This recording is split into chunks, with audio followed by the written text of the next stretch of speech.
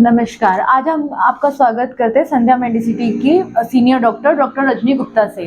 ये आज हमें बताएंगे कि पीसीओडी क्या है, ये किस कारण से होता है, किस वजह से होता है। क्योंकि आजकल की जो महिलाएं हैं वो इतनी भागदौड़ में बिजी हैं कि उनको पता ही नहीं चलता कि वो किस प्रॉब्लम को फेस कर रही हैं, जिसकी वजह से पीसीओडी बहुत आम बीमारी हो गई है। आज हम उनसे जानते हैं। बताइए मैम। पीसीओडी की प्रॉब्लम के सिम्टम्स जो हैं वो महिलाओं को आजकल बहुत लेटर स्टेज में भी आते हैं, जिसमें आपकी स्किन्स के ऊपर हेयर आना या पीरियड्स में प्रॉब्लम होना, डिलेड पीरियड हो जाना, साइकिल जो है वो 30 से 35 दिन का नॉर्मली रहता है। तो हो सकता है कई बार फीमेल्स को 50-50 दिनों के बाद भी पीरियड्स आते हैं या 2-2 3-3 महीने पीरियड्स आता ही नहीं है। फिर आप यूएसजी अल्ट्रासाउंड कराते हो तो उसमें पता चलता है कि आपको डायग्नोज हुआ है पॉलीसिस्टिक ओवेरियन डिजीज़। आयुर्वेदा में इस डिजीज़ के लिए हम सबसे पहले पेशेंट के सिम्टम्स को देख के उनको आयुर्वेदिक मेडिसिन्स देते हैं। जैसे आप कांचनार गुग्गुल का इस्तेमाल कर सकते हो, 2-2 गोली सुबह शाम लेनी होती है। इसके साथ-साथ आपको बहुत सारी ऐसी मेडिसिन्स हैं जिनको लेने के साथ अगर आप पंचकर्म में उत्तर बस्ती के माध्यम से इसका हम ट्रीटमेंट देते हैं। उत्तर बस्ती में मेडिकेटेड ऑयल रहता है, जो लेखनीय द्रव्यास होते हैं, तीक्ष्ण द्रव्यास होते हैं, इनको डायरेक्ट यूट्रस में इंसर्ट किया जाता है। उत्तर बस्ती से जो गांठ बन रही होती है वो गांठ को हम डिसॉल्व कर देते हैं। क्या क्या पॉसिबल है आयुर्वेदिक में पीसीओडी का ट्रीटमेंट?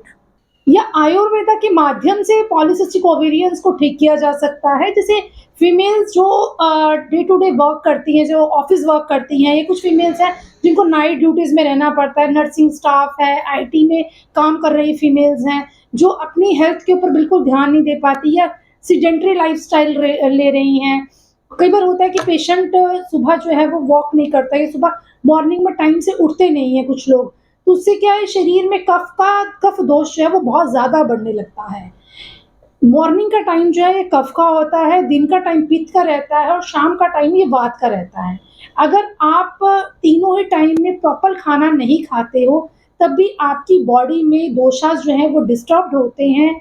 जब हमारे शरीर के वात, पित्त, कफ तीनों ही दोषा बैलेंस रहते हैं, तो हमें बीमारियाँ नहीं आती हैं।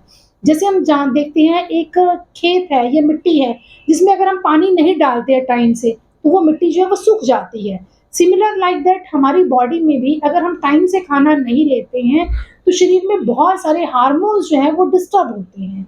जैसे-जैसे फीमेल्स के हार्मोन डिस्टर्ब होते हैं, तो वो उसकी बॉडी में डिसफंक्शन, यूट्राइन ब्लीडिंग या पीसीओडी की प्रॉब्लम्स, ऐसी बीमारियों को लेके आ जाता है।